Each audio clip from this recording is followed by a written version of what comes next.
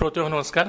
आज आपल्यासोबत आहेत जिल्हा परिषद सांगलीच्या मुख्य कार्यकारी अधिकारी तृप्ती धोडमिसे मॅडम. 21 जून हा आंतरराष्ट्रीय योग दिन आहे आणि 11वा हा योग दिन यावर्षी साजरा होतोय. तो जगभर आता साजरा केला जातोय आणि त्याच पद्धतीनं अधिक उत्साहानं तो सांगली जिल्ह्यात कसा साजरा होईल यासाठी तृप्ती धोडमिसे मॅडम यांच्या काही संकल्पना आहेत आणि त्यांच्या संकल्पनेतून हा उपक्रम साजरा होणार आहे. आपण त्याच विषयी त्यांच्याशी बोलणार आहोत. मॅडम नमस्कार. या विशेष कार्यक्रमात तुमचं स्वागत. नमस्कार मॅडम. मी आत्ता म्हटल्याप्रमाणे की सांगली जिल्ह्यामध्ये थोडीशी एका वेगळ्या उपक्रमाची तयारी तुमच्या माध्यमातून चालू आहे, जिल्हा परिषद प्रशासनाच्या माध्यमातून. तर भक्तियोग मुळात ही जी संकल्पना आहे ती काय आहे आणि ती तुम्हाला सुचली कशी? मुळात योग ही भारताने जगाला दिलेली देणगी आहे हे आपल्याला माहीत आहे. तर योगामध्ये अनेक सारे प्रवाह पण आहेत. त्याच्यामध्ये भक्तियोग आहे, मंत्रयोग आहे, तंत्रयोग आहे. परंतु ज्यावेळेस आता आपण आधुनिक युगात जगत आहोत त्यावेळेस आपल्याला माहिती आहे की योग करणं आवश्यक आहे, कारण आपलं शारीरिक आणि मानसिक स्वास्थ्य जपण्यासाठी इतकं ताणतणावाचं आयुष्य झालं आहे आणि योगामुळे एक आयुष्याला स्थिरता, शरीराला स्वस्थता, मानसिक समाधान मिळायला मदत होते हे तर सिद्ध झालेलंच आहे. आणि त्या अनुषंगानेच आपल्या माननीय पंतप्रधान मोदी यांच्या संकल्पनेतूनच 2015 पासून आपण आंतरराष्ट्रीय योग दिन सुरू केलेला आहे आणि यावर्षी तो 11वा वर्ष आपण साजरा करत आहोत. तर सांगलीमध्ये अनोख्या पद्धतीने ते कसं करता येईल या अनुषंगाने विचार करत असताना भक्तियोग संकल्पना पुढे आली. आणि आपल्या जिल्ह्याला किंबहुना आपल्या महाराष्ट्राला एक आध्यात्मिक परंपरा आहे विठू माऊलींची, आणि त्यातून निर्माण झालेलं या भक्ती संप्रदायातून निर्माण झालेलं आहे जे वारकरी संगीत आहे, जो वारकरी ताल किंवा आपण त्याला बोली भाषेत भजनी ठेका म्हणतो. तर त्या ठेक्यावरती आपण एकदम तादात्म्य पाहून जातो. तर योगाचा प्रचार प्रसार करण्यासाठी, लोकांना योग करण्यासाठी प्रवृत्त करण्यासाठी आपण ह्या सांगीतिक वारसाचा आपण फायदा करून घेऊ शकतो का, या विचारातून ही भक्तियोग संकल्पना पुढे आली. आणि भक्ती ही विठू माऊली सोबत करतानाच आपल्या शरीराबरोबर करावी, आपल्या मानसिक मनाबरोबर करावी आणि समाजाबरोबर करावी, असा एक त्याच्यातून प्रत्यक्षपणे संदेश द्यायचा म्हणून ही संकल्पना पुढे आली. आणि वारकरी तालावरती योगासने करावीत अशी एक थीम घेऊन आम्ही पुढे आलो. आणि करायचं असेल तर मग आपण पूर्ण जिल्ह्यात करूयात. आणि आजकाल आपल्याला माहिती आहे की एखादा मोठा इव्हेंट करायचा असेल तर खूप मोठी गर्दी एकाच ठिकाणी जमा व्हायलाच पाहिजे असं काही नाही. व्हर्च्युअली म्हणजे आभासी पद्धतीने झूम असेल किंवा गुगल मीट असेल अशा वेगवेगळ्या प्लॅटफॉर्मवरती आपण एकत्र येऊ शकतो. मग आपण संपूर्ण जिल्हा एकत्र आणू शकतो ह्या प्लॅटफॉर्म्स वापरून आणि पूर्ण जिल्हाच एका वेळी या तालावरती योगासने करेल. आणि जर इतका मोठा प्रमाणात आपण हे स्केल घेणार आहोत मग आपण विश्वविक्रमाकडे जाऊ आणि वर्ल्ड रेकॉर्ड पण सेट करू शकतो असंही आकाराला आलं. आणि त्या अनुषंगाने आपण ही कल्पना पुढे आणली आणि याला चितळे डेअरी भिलवडी यांचं आणि विश्व योग दर्शन केंद्र मिरज सांगली यांचं, या दोघांचंही एक तांत्रिक आर्थिक सहकार्य मिळालं. त्यामुळे ही संकल्पना आपण आता साकारणार आहोत. जेव्हा आपण ही संकल्पना मनाशी बाळगली, ह्याच्या तळाशी देखील काहीतरी असणार आहे. ह्याच्यापूर्वी योगासनाच्या संदर्भात काहीतरी छोटे मोठे उपक्रम झाले असतील. तुमच्या मनामध्ये एकूणच या विषयामध्ये अधिक रुची कदाचित निर्माण झाली असेल, कारण जिल्हा परिषदेच्या माध्यमातून विकासाची कामं करत असताना हे विकासाला पॅरललच असं एक वेगळं काम तुम्ही हातात घेतलेलं आहे. तर ही जी काही मुळं आहेत ही कशी आहेत, तुम्ही काय सांगाल? याच्यामध्ये थोडं वैयक्तिक स्तरावर बघितलं गेलं तर सांस्कृतिक कार्यक्रमांची आवड आणि संगीतामधली एक रुची आहे. आणि एक आपलं जे सांस्कृतिक संचित, आध्यात्मिक संचित आहे, वारकरी ताल असेल, वारकरी संगीत असेल, ते कुठेतरी हृदयाशी जवळ आहे. आणि योगासनं करायची सुरुवात माझी सांगलीत आल्यापासूनच झाली. म्हणजे मी स्वतः विश्वयोग दर्शन केंद्राच्या संपर्कात आले आणि मागील काही महिन्यांपासून करत आहे त्यांच्यासोबत. आणि ते करताना मला जाणवलं की हे खूपच फायद्याचं आहे आणि मला वैयक्तिक स्तरावर मलाही खूप फायदा झाला. आणि मग असं वाटलं की हा एकदम मोफत उपाय आहे आपल्याला शारीरिक मानसिक स्वास्थ्यासाठी, हे आपण का नाही करत. आणि म्हणून मग तशी चर्चा केली की आपण आपल्या शासकीय यंत्रणेमध्ये आपण ही सुरुवात करू. आणि 8 मार्च 2025 रोजी आम्ही एक महिला दिनाला खूप चांगला कार्यक्रम घेतला होता. त्यामध्ये आम्ही पारंपरिक वेशभूषेमध्ये आम्ही योगासनं केली महिलांनी इथल्या. त्यामुळे एक वेगळा कॉन्फिडन्स आला. आणि त्यावेळेस त्याचबरोबर दुसरा एक इव्हेंट आमचा होता की भजनी ठेक्यावरती सगळ्यांनी एकत्र नृत्य करायचं, असं पण त्यासोबत होतं. आणि हे दोन्ही एकामागे एक सलग आल्यावरती लक्षात आलं की अरे हे दोन्ही आपण एकत्र केलं तर किती छान होईल. आणि इतका चांगला नाद निर्माण झाला, इतकं चांगलं ते वातावरण तयार झालं. तर मग आपण मोठ्या उंचीवरती नेऊयात. आणि ती कल्पना तिथे रुजली. त्यानंतर म्हणजे जवळपास मार्चपासून आम्ही आता हे 3 महिने होत आलेत की ही कल्पना आपण साकारण्याचा आम्ही प्रवासात आहोत. आत्ता आपल्या मगाशी बोलण्यात आलं की ह्याच्यामध्ये तज्ज्ञ संस्था म्हणून विश्वयोग दर्शन केंद्र मिरज सांगली ही संस्था तुमच्याबरोबर आहे. तर या संस्थेची आता तुम्ही कशा पद्धतीनं मदत घेत आहात? विश्वयोग दर्शन केंद्र मिरज सांगली हे गेल्या कित्येक वर्षापासून सांगलीमध्ये योगाचे प्रचार आणि प्रसारासाठी कार्यरत आहे. त्यांचं सगळ्यात महत्त्वाचं म्हणजे तांत्रिक सल्ला. कारण योग आपल्याला इतक्या मोठ्या गर्दीसोबत करायचं असताना तांत्रिक सहकार्य आणि ते योग्य पद्धतीने असलं पाहिजे. नॅशनल आयुष मिशन म्हणजे राष्ट्रीय आयुष अभियान जे आहे त्याच्या अंतर्गत जो आपल्याला प्रोटोकॉल असतो, योग दिनाला काय करायचं, 45 मिनिटाचा प्रोटोकॉल आहे, तर तो कसा केला पाहिजे त्याचं एक व्यवस्थित तांत्रिक सल्ला पण ते देऊ शकतात. त्यांच्याकडे खूप मोठी योग प्रशिक्षकांची फळी आहे आणि ती फळी आपल्याला प्रत्येक ठिकाणी जाऊन योग कसा केला पाहिजे ती सोप्या भाषेत समजावून सांगायला त्यांचं आपल्याला मदत होणार आहे. आणि त्याच्याबरोबरच जे सादरीकरण होईल त्याच्याबरोबर प्रत्येक आसनांची पार्श्वभूमी, त्याच्या करायच्या स्टेप्स असतील किंवा सामान्य माणसाला सोप्या पद्धतीने कसं आपल्याला योगापर्यंत नेता येईल, तर हेच सगळं त्यांच्याकडे खूप अनुभवाचा मोठा खजिना आहे. आणि सांगायला आनंद होतो की केंद्राचे प्रमुख बाळकृष्ण चिटणीस सर आणि त्यांची इतर टीम जसं हर्षद गाडगीळ सर असतील, अंजली चिटणीस मॅडम असतील किंवा इतरही भरपूर सारे योग प्रशिक्षक त्यांच्याकडे आहेत, तर हे खूप डेडिकेटेडली याच्यामध्ये सहभागी झाले की नाही, इतक्या मोठ्या स्केलवर प्लॅटफॉर्म मिळतो तर आपण करायलाच पाहिजे. त्यामुळं त्यांनी पहिल्यापासून ही कल्पना उचलून धरली आणि प्रत्येक गोष्टी, बारीक बारीक गोष्टी, प्रत्येक आसनं असतील, योगासनपूर्व हालचाली असतील आणि आम्ही संगीताचा त्याला आपण ॲडिशन करतो, तो कुठला संगीताचा पीस कुठे व्यवस्थित दिसेल, कुठे आपण म्हणजे उदाहरण म्हणायचं म्हटलं की स्थिती आपण होल्ड करतो तर तिथे काय चांगलं सुटेबल दिसेल, तर इथे त्यांचा जो अभ्यास आहे योगासन आणि ध्यानधारणेचा तर तो त्याचा आम्हाला खूप फायदा झाला. बरोबर. आता ह्याच्यामध्ये जवळपास जिल्ह्यातले कोण संस्था, व्यक्ती अपेक्षित ह्याच्यामध्ये आहेत की जे या योग दिनाच्या कार्यक्रमात सहभागी होतील? सर्वात प्रथम मी आणखी एक उल्लेख करून ठेवते की महत्त्वाची जी संस्था आमच्यासाठी चितळे डेअरी भिलवडी, कारण ज्यावेळेस ही संकल्पना आम्ही मांडली गिरीश चितळे सरांना त्यावेळेस त्यांनी ती उचलून धरली आणि त्यांनी लागलीच वर्ल्ड रेकॉर्डसाठी जे काही सहकार्य असेल तर त्याच्यासाठी त्यांनी तयारी दाखवली आणि जो काही कार्यक्रमाचा इतर सहकार्य असेल, सपोर्ट असेल ते त्यांनी द्यायची तयारी दाखवली. आणि प्रत्येक विषयामध्ये त्यांचंही खूप बारीक बारीक लक्ष होतं कारण त्यांचाही खूप अभ्यास आहे आणि आमची शासकीय यंत्रणा ही खूप मोठी आहे. जिल्हा परिषदेची तर स्केल खूपच मोठं असतं, त्यामुळे तळागाळात पोहोचलेलं आमचं यंत्रणा आहे, त्यामुळे त्या यंत्रणेचा वापर आम्ही इथं करायचा हे ठरवलंच होतं. त्यामुळं संस्था म्हणूनच युनिट ठेवणं आणि केंद्र म्हणून युनिट ठेवणं अशा पद्धतीने जर आपण गेलो तर त्याचं मॉनिटरिंग चांगलं होईल आणि त्याच पद्धतीने सगळ्या पुढच्या संज्ञा आमच्याकडे झाल्या तयार आणि त्या पद्धतीने आम्ही इन्स्ट्रक्शन्स दिल्यात आणि त्या पद्धतीने आपण काम करत आहोत. तर यामध्ये काम करत असताना केंद्र हा महत्त्वाचा घटक आहे. तर केंद्र म्हणजे काय, कारण आता इथं इतके आम्ही 5 लाखचा अंदाज धरलेला आहे की 5 लाख व्यक्ती आमच्याशी आभासी पद्धतीने किंवा प्रत्यक्ष पद्धतीने आमच्याबरोबर ते कनेक्ट होणार आहेत आणि त्या दिवशी 21 जून 2025च्या दिवशी सकाळी 8 ते 8:45 मध्ये ते आपल्याबरोबर ती सर्वजण एकाच तालावरती एकाच वेळी योगासनं करणार आहेत.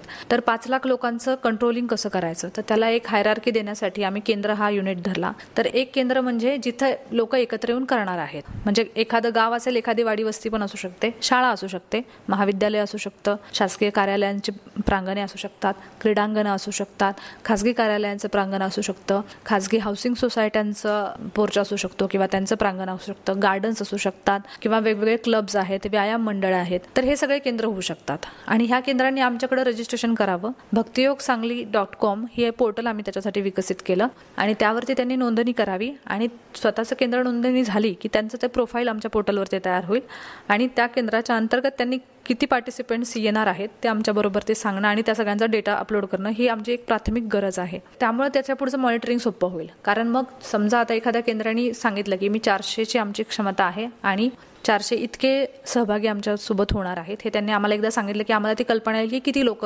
होतील. तर आणि त्यानंतर त्या दिवशीची अटेंडन्स उपस्थिती म्हणजे 400 पैकी समजा 385 अटेंड झाले तर 385ची अटेंडन्स त्यांनी पोर्टलवरतीच मार्क करायची आहे आणि त्या दिवशीचे फोटोज आणि एक छोटा व्हिडिओ पण त्यांनी पोर्टलवरतीच अपलोड करायचा आहे. तर ते 385 नावं एकदा त्यांनी टिक केली की त्याच्यानंतर आम्ही त्याला अप्रुव्हल देऊन त्याचे डिजिटल सर्टिफिकेट जनरेट होतील. त्यामुळे प्रत्येक सहभागी जो असेल त्याला सर्टिफिकेट मिळेल आणि हे आपण विश्वविक्रम असणार आहे त्यामुळे त्याची नोंद असणारं ते सर्टिफिकेट्स आपण जनरेट करणार आहोत. आणि फोटोज आणि व्हिडिओज आल्यामुळे जे विश्वविक्रमासाठी आपल्याकडे जे जजेस येणार आहेत तर त्यांना आम्हाला हे इव्हिडन्सेस पण दाखवता येतील. सो असा तो हे आहे आणि म्हणून केंद्र हा आमच्यासाठी खूप महत्त्वाचा मुद्दा आहे. आता जसं की शाळा कॉलेजेसमध्ये त्याचे मुख्याध्यापक प्राचार्य हेच आमचे केंद्र प्रमुख आहेत किंवा समजा एखादी आस्थापना आहे, एखादी कंपनी आहे तर तिथला मॅनेजर असेल तो केंद्र प्रमुख आहे. आता बऱ्याच जणांचं हेच कन्फ्युजन आहे की केंद्राची नोंदणी कशी करायची. तर पोर्टलवरती आम्ही सर्व माहिती दिलेली आहे की कशी नोंदणी करायची आणि नोंदणी खूप सोप्या पद्धतीने आहे त्यामुळे आणि लवकर होण्यासारखी अशी आहे. त्यामुळे ते व्हिजिट केलं तर ते पटकन होण्यासारखं आहे असं मला सांगावं वाटतं. वाटेल. आणि केंद्रानेच आम्हाला, म्हणजे हे तर पोर्टलवरचं काम झालं, त्याच्यानंतर केंद्राने त्या दिवशी आम्हाला जॉईन व्हायचं आहे व्हर्च्युअली. मुख्य केंद्र हे छत्रपती शिवाजी स्टेडियम सांगली सिटी असणार आहे. इथून सगळं आम्ही ब्रॉडकास्ट करणार आहोत. म्हणजे 8 वाजता ब्रॉडकास्टिंग होताना की काय प्रोटोकॉल सुरू होईल ते प्रक्षेपण तिथं जाईल. केंद्रांनी झूमवरती जॉईन होणं आवश्यक आहे आणि त्यांना आम्ही जे काही ऑडिओ व्हिडिओद्वारे इन्स्ट्रक्शन्स देऊ ते त्यांनी तिथं फॉलो करणं अपेक्षित आहे आणि त्यांचा व्हिडिओ आम्हाला दिसणं अपेक्षित आहे. त्यासाठी केंद्रचालक महत्त्वाचं आहे की केंद्रचालकांनी हा वेबिनारचा सेटअप करणे. आणि त्यानंतर तुम्ही किती फुलवताय, म्हणजे आता बऱ्याचशा ग्रामपंचायती वगैरे पुढे आलेल्या आहेत आमच्यासाठी की ते त्या गावामध्ये एक छोटं चांगल्या उत्सवाचं स्वरूप देतील अशा पद्धतीने त्यांची तयारी आहे. मोठ्या स्क्रीन्स लावणे, मोठे LEDs लावणे, ड्रोनचं हे करणे किंवा सजावटी करणे त्या गावामध्ये. तर अशा पद्धतीने त्याला उत्सवाचं स्वरूप पण देऊ शकतात. म्हणजे केंद्राचं स्किल आहे की आपण हा कार्यक्रम किती फुलवतोय. तर ह्याच्यासाठी केंद्र महत्त्वाचं आहे. त्यामुळे आम्ही सूचना देताना एकदम 5 लाखांना सूचना देऊ शकत नाही, परंतु आम्ही केंद्र म्हणजे आज रोजी जवळपास 1400 केंद्र रजिस्टर झालेत ऑलरेडी आमच्याकडे आणि जवळपास 4.5 लाखाची कॅपॅसिटी डेव्हलप झालेली आहे सगळ्या केंद्रांमध्ये. हा आमचा आजचा आकडा आहे, म्हणजे 3 दिवसातला हा प्रतिसाद आहे. तर त्यासाठी केंद्र हा खूप महत्त्वाचा घटक आहे. आणि बऱ्याच जणांचं अजूनही कन्फ्युजन असेल तर हे खूप सोपं आहे केंद्रांची नोंदणी आणि त्यांना जे काही पुढे फॉलो करायचं आहे, उपस्थिती मार्क करणे, फोटोज अपलोड करणे, ह्या प्रक्रिया देखील खूप सोप्या आहेत. आणि वेबिनारवरती देखील आपण आज कनेक्ट होतो, आज सगळ्यांना त्याची सवय आहे, तर त्या प्रक्रिया देखील कशा करायच्या गाईडलाईन्स पण आम्ही टाकलेल्या आहेत. त्यामुळं सहभागी व्हा आणि त्याच्या उपस्थिती नोंदवा, म्हणजे जेणेकरून आम्हाला सर्टिफिकेट देणं पण सहज शक्य होईल असं मला वाटतं. या निमित्तानं जे पोर्टल डेव्हलप केलेलं आहे त्या पोर्टलचं नाव जर आपण सांगितलं तर ते एक महत्त्वाचं ठरेल. आणि त्याचबरोबर प्रशिक्षण हे जे आता सुरू झालेलं आहे, विशेषतः शाळांना तुम्ही पहिल्यांदा टार्गेट केलेलं आहे याच्यामध्ये, तर त्याविषयी थोडंसं सांगा. यामध्ये पोर्टलचं नाव आहे भक्तियोगसांगली.com. www.bhaktiyogsangli.com हे पोर्टल आहे आणि एकदम स्मूथ इंटरफेस आहे. पोर्टल एकदम चांगल्या पद्धतीने आम्ही तयार केलेलं आहे, त्याच्यामुळे फार कुणाला अडचण येत नाही. केंद्राची नोंदणी त्यांनी केल्यानंतर प्रोफाईल अप्रुव्हलला थोडासा वेळ लागतो, जो आम्ही अप्रुव्हल दिल्यानंतर आम्ही त्यांचं एक प्राथमिक माहिती बघतो की खरंच हे एक्झिस्टिंग आहे का, ते आम्ही व्हॅलिडेट केल्यानंतर त्यांचं प्रोफाईल चालू होतं. त्यामुळे ते थोडंसं 1 तासभर किंवा 2 तासभर त्यांना तेवढी वाट बघावी लागते. त्यांचं एकदा लॉग इन झालं, प्रोफाईल तयार झालं की त्यांना आज सगळा डेटा एडिट करता येतो त्यांचा स्वतःचा. त्यामुळं ते सोपंच होणार आहे. आणि त्यानंतर याच्यामध्ये जे योग प्रशिक्षणाचे मार्गदर्शक हा विषय आहे, तर आमचं असं म्हणणं आहे की आमचा अंदाज असा होता की 2000 कदाचित केंद्र तयार होऊ शकतात किंवा 1,500 ते 2,000. आणि त्या केंद्रांवरती जरी आम्ही इथून झूमद्वारे इन्स्ट्रक्शन्स दिल्या किंवा आमचे व्हिडिओ जरी तिथं प्रक्षेपण होत असतील तरी पण कधी कधी गर्दीत मागचे दिसत नाही किंवा असं होऊ शकतं किंवा तिथं ऐन वेळेला तांत्रिक सहकार्य असावं कोणाचं तरी. म्हणून आम्ही योग प्रशिक्षकांची फळी, म्हणजे जितकी केंद्र होतील तितकं योग प्रशिक्षकांची फळी आपल्याकडे असली पाहिजे. म्हणजे आता समजा माझ्याकडे आज 1400 केंद्र आहेत, तर माझ्याकडे 1400 प्रशिक्षक असले पाहिजेत. मग हे प्रशिक्षक कोण असले पाहिजेत, तर याच्यामध्ये आम्ही आयडेंटिफाय केले की जे शाळा कॉलेजेसमध्ये ऑलरेडी योग शिकवतात किंवा जे क्रीडा शिक्षक आहेत किंवा काही जण खूप इंटरेस्टेड असतात योग शिकवण्यासाठी, म्हणजे त्यांना येतं भरपूर असं, किंवा जे विलिंग आहेत असे लोक हे प्रशिक्षक होऊ शकतात. याही पलीकडे मी जाऊन म्हणेल की हा 45 मिनिट्स किंवा हा 45 मिनिटाचा जो प्रोटोकॉल आहे इतका सोपा आहे की तुम्हाला रुची असेल तर तुम्ही लगेच तो ग्रास्प करू शकता. त्यामुळे तुम्ही स्वतःही प्रशिक्षक होऊ शकता. तर अशा पद्धतीने आम्ही जे इच्छुक आहे त्यांची नावं आम्ही मागवून घेतली होती तालुक्यांमधून आणि जवळपास 1700 पेक्षा जास्त प्रशिक्षक आमच्याकडे आज होते, म्हणजे आमच्याकडे ते तयार झाले. आणि काल 13 जून रोजी आम्ही ह्या सर्व प्रशिक्षकांचं तालुका स्तरावरती प्रशिक्षण घेतलं की नक्की त्या दिवशी काय काय करायचं आहे, म्हणजे काय सिक्वेन्स असणार आहे, त्या तालावरती कोणत्या म्युझिक सुरू झाल्यावरती काय करायचं आहे, सूचनांचं पालन कसं करायचं. मुळात रेकॉर्डेड जो आहे ब्रॉडकास्टिंग, त्याच्यामुळं त्यांचं काम खूप सोपं झालेलं आहे. त्यांना फक्त आमचे इन्स्ट्रक्शन्स फॉलो करायचे आहेत. त्यामुळे तशा पद्धतीने त्यांना एक अंदाज दिलेला आहे. त्यामुळे ही जर एक प्राथमिक फळी आपल्याकडे तयार झालेलीच आहे. याच्यानंतर ही जसे आणखी कोणी योग प्रशिक्षक आमच्याकडे येतील की आम्हाला ही सहभागी व्हायचं आहे, तर त्यांनी तसं केंद्र कुठला तरी कोऑर्डिनेशन करून किंवा आमच्याकडे एनरोल केलं तरी आम्ही त्यांना नंतर केंद्र अलॉट करून देऊ की तुम्ही ह्या केंद्रांवरती जाऊन त्या दिवशी प्रशिक्षण किंवा त्या दिवशी तुम्ही त्यातले योग मार्गदर्शक त्या दिवशी बनू शकता. तर असा हा केंद्र मार्गदर्शकाचा किंवा योग मार्गदर्शक किंवा योग प्रशिक्षकाचा कन्सेप्ट आहे. मॅडम, वारकरी ताल हा ह्या भक्ती योगाचा आत्मा आहे, तर ते वारकरी संगीत जे काही म्हणजे जे आहेच मुळात आपण भरूया, पण ते या कार्यक्रमामध्ये एक महत्त्वाची बाजू कसं ठरेल ह्याच्याविषयी तुम्ही आग्रही असणार आहात, तर त्याची निर्मितीविषयी काय सांगाल? योगाच्या बाबतीत असं आहे की योग हा शांततेच्या वातावरणात करावा असं एक पहिलं म्हटलं जातं, परंतु रिदमिक योगा हे नवीन कन्सेप्ट आलेलं आहे. बऱ्याचशा म्युझिक्सवरती केलं जातं आणि योगमध्ये तुम्ही एकाग्र होणं फार आवश्यक आहे. तुम्ही कुठलीही कृती करत असताना किंवा तुम्ही प्राणायाम करत असताना किंवा हालचाली करत असताना तुम्ही तुमच्या शरीराच्या हालचालींवरती, तुमच्या प्रत्येक स्थितीवरती, प्रत्येक ॲक्टवरती तुमचं एकाग्रता होणं आवश्यक असतं. बऱ्याचदा ते होत नाही. तर त्याला ही संगीताची जोड दिली तर त्या संगीताच्या प्रभावामुळे आपण एकाग्र व्हायला नक्की मदत होईल, कारण हे संगीत आपल्याला खूप जवळचं आहे. आणि वारकरी ताल हे किती शेकडो वर्षांपासूनची आपली तेव्हापासून ते डेव्हलप होत आलेलं आहे आणि हृदयाच्या फार जवळचं आहे. त्यामुळं हे आलं. परंतु आता ह्याला बसवायचं होतं आपल्या 45 मिनिटाच्या प्रोटोकॉलमध्ये. मग इथे विश्वयोग दर्शन केंद्र त्यांना आधी विचारलं की हे बसवू शकतो का. ती फिजिबिलिटी शक्य झाल्यानंतर मग आपले जे प्रसिद्ध इथले संगीतकार आहेत प्रशांत भाटे सर, तर त्यांना आम्ही अप्रोच केलं. ते आणि ध्वनिमुद्रण संयोजन परेश पेठे सर आणि त्यांची टीम ही याच्यामध्ये आम्हाला सहकार्य दिलं. आणि एक ओरिजिनल म्युझिक, कारण आम्हाला इथं वर्ल्ड रेकॉर्डला जायचं होतं तर कॉपीराईट म्युझिक वापरायचंच नव्हतं. आणि एक ओरिजिनल म्युझिक आम्हाला पीस तयार करून द्यायचं 45 मिनिट्स असं ते ठरलं. आणि त्याच्याही खूप सिटिंग्स झाल्या की कुठल्या ॲक्टला कोणतं चांगलं दिसेल, कुठे होल्डिंगला म्हणजे विठ्ठल विठ्ठल हे नामस्मरण व्हायला पाहिजे, त्याचा गजर व्हायला पाहिजे तर ते कुठे चांगलं वाटेल, त्याचा टेम्पो कसा वाढेल, कुठे कमी होईल, म्हणजे त्या ह्याच्यानुसार प्राणायामाला काही चांगलं वाटेल. तर ह्या सगळ्या गोष्टींचा बारीक बारीक विचार केला गेला आणि त्यानुसार ते कंपोजिशन्स तयार झाले. आणि त्यांच्यासाठी देखील हा प्रयोग नवीन होता की एरवी ते संगीत करताना शब्दांसाठी संगीत केलं जातं, परंतु हे त्यांना कृतीसाठी संगीत करायचं होतं. म्हणजे हा त्यांच्यासाठीही वेगळा अनुभव होता आणि आपलाही एक वेगळा प्रयोग होता. सांगायला आनंद वाटेल की 21 जून 2025 रोजी योगिनी स्मार्त एकादशी आलेली आहे आणि आपण नेमकं विठुरायाच्या प्रेरणेचं संगीत आपण वापरत आहोत. एकादशीच्या दिवशी त्या एकादशीचं नाव योगिनी एकादशी आहे. आणि दुसरा विषय आहे की त्याच दिवशी जागतिक संगीत दिन पण आहे आणि त्याच दिवशी आपण हे एक नवीन संगीत योगासाठी जन्माला घातलेलं आहे सांगलीकडून. त्यामुळे हे असं एक खूप चांगलं संयोग जुळून आलेला आहे त्या दिवशीसाठीचा. आणि म्हणजे देव करो की खूप सुदैवाने हेच खूप मोठा इव्हेंट आपल्यासाठी घडेल. सांगलीतून काहीतरी सृजन निर्माण होईल असं दिसत आहे, असं आम्हाला वाटतं. धोंडसे मॅडम, नक्कीच हे चौकटी बाहेरचं काम तुम्ही अगदी धडाडीनं करतात. आता हे करत असताना शाळांच्या विषयी तर आपण बोललात, पण इतर जे समाज घटक संस्था आहेत त्यांना पण आपण सहभागी करून घेत आहात. तर अशा कोणकोणत्या संस्थांशी आपला प्रातिनिधिक स्वरूपात संपर्क झालेला आहे आणि हा प्रतिसाद कसा मिळतोय? यामध्ये मी एक उल्लेख करू इच्छिते की जिल्हा परिषदेने ज्यावेळेस हे काम सुरू केलं त्यावेळेस सगळ्यात मला सोबत दिली माझ्या टीमने. माझे इथले जे सहकारी अधिकारी आहेत सर्वजण, सर्व कर्मचारी संघटना, त्यांनाही विश्वासात घेतला आम्ही की हे आपण करायचं आहे का, की आपण आपली कॅपॅसिटी आहे का हे करायची. आणि माझा स्वतःचा अनुभव 2 वर्षाचा इतका चांगला आहे सांगलीचा. म्हणजे कर्मचारी पण मला सुदैवाने खूप चांगली साथ दिलेली आहे माझ्या प्रत्येक कार्यक्रमामध्ये. सांगली जिल्ह्याच्या शासकीय कुठलेही पॅरामीटर्स असते तिथेही आम्ही लीडमध्ये असतो किंवा नवीन काही ॲक्टिव्हिटीतही आम्ही चांगल्या पद्धतीने परफॉर्म करतो. एक चांगली आदर्श जिल्हा परिषद म्हणून बघितलं जातं आमच्याकडं राज्यस्तरावरती. आणि त्यामुळे हे लोक करू शकतात हा मला कुठंतरी हे होतं की हे उचलून जरी ह्यांनी धरलं की हे करतात आणि तसं तर आम्हाला अनुभूती येते. त्यामुळे त्यांचं मी पहिल्यांदा आभार मानते, कारण त्यांच्या थ्रू मी बऱ्याच संस्थांना कनेक्ट होऊ शकले. कारण हे सगळे लोकल इथले स्थानिक अनुभव असणारे माझे कर्मचारी आणि अधिकारी आहेत आणि त्यांच्या थ्रू मग नंतर जसं मी म्हटलं शिक्षण संस्था, पहिल्यांदा तर शिक्षण संस्था जिचा सगळ्यात मोठा नंबर असणार आहे त्यांना, शाळा प्राथमिक शाळा तर आमच्या आधिपत्याखाली येतात तर त्यांना त्यामुळे फार अवघड झालं नाही.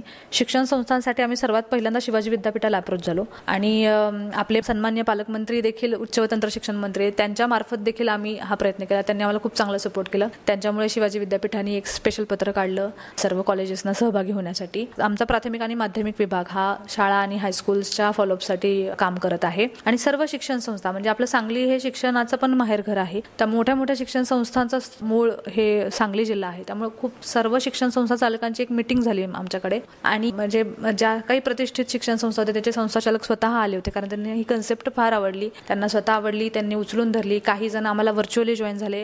याचबरोबर ज्या अल्पसंख्याकांच्या शिक्षण संस्था आहेत त्या देखील आल्या होत्या, त्यांनी देखील ही संकल्पना उचलून धरली. त्यामुळे एक कुठल्याही दुराग्रह न बाळगता एक चांगली गोष्ट होती जी स्वास्थ्याशी रिलेटेड आहे आणि ज्याला एक सांस्कृतिक आध्यात्मिक अधिष्ठान देऊन आपण करतोय. ही संकल्पना त्यांनी उचलून धरली आणि आम्ही हे पूर्णपणे तुम्हाला 100% याच्यामध्ये साथ देऊ असं त्यांनी आम्हाला आश्वासन दिलं. तर ती खूप मोठे आमच्यासाठी अचिव्हमेंट होती. त्याच्यानंतर आम्ही जे शासकीय कार्यालय आहेत आणि प्लस जे चॅरिटी कमिशनरकडे रजिस्टर झालेले आहेत किंवा जी इतर निमशासकीय आस्थापना असतील किंवा सहकारी सोसायटीज वगैरे, तर त्यांना आम्ही पत्रव्यवहार जवळपास 1,500पेक्षा जास्त आस्थापनांशी आमचा पत्रव्यवहार आज रोजी झालेला आहे की जे संघटित कार्यालय आहेत. आणि जे आपण छोट्या छोट्या असंघटित गोष्टी जर बोलायला गेल्या तर काही बिझनेस ग्रुप्स, जसा BNI ग्रुप आहे, मी त्यांच्याशी बोललेले आहे, रोटरी क्लबशी बोलणं झालेलं आहे आणि ह्या सगळ्या छोट्या छोट्या सामाजिक संस्थांशी आमचं बोलणं चालूच आहे. आता त्यांच्यासाठी आमचं एक आव्हान असं होतं की तुम्ही याच्यात सहभागी व्हा तुमच्या आस्थापनांसहित खाजगी. दुसरी गोष्ट की तुम्ही आमच्याकडे केंद्राची नोंदणी वगैरे ह्या सगळ्या गोष्टी करा जेणेकरून काउंट आपला वाढेल.